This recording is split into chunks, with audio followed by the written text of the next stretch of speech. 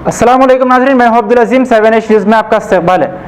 Shamshabad DCP Padmaja Reddy के निगरानी में Rajendra Nagar police station limits ऊपरपल्ली में कार्डन सर्च मुनक्किद किया गया। इस सर्च के दौरान पुलिस ने 123 बाइक, 20 ऑटो, 20 कार जब्त करते हुए 23 लोगों को हिरासत में ले लिया है।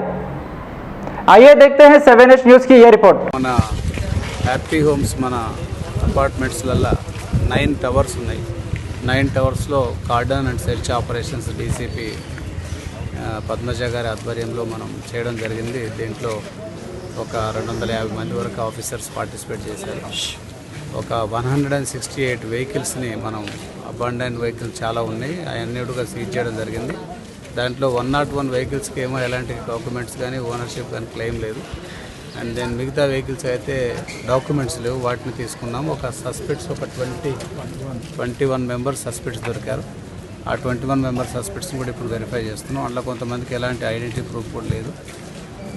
దీనికి ఈ వెహికల్స్ ఏదైతే ఉన్నాయో దీనికి సంబంధించి సిటీ పోలీస్ యాక్ట్ ప్రకారం దాని మీద ఒక కేసు రిజిస్టర్ చేసి ఒరిజినల్ ఓనర్లు వచ్చినప్పుడు వెరిఫై చేసి దానికి ఇవ్వడం జరుగుతుంది.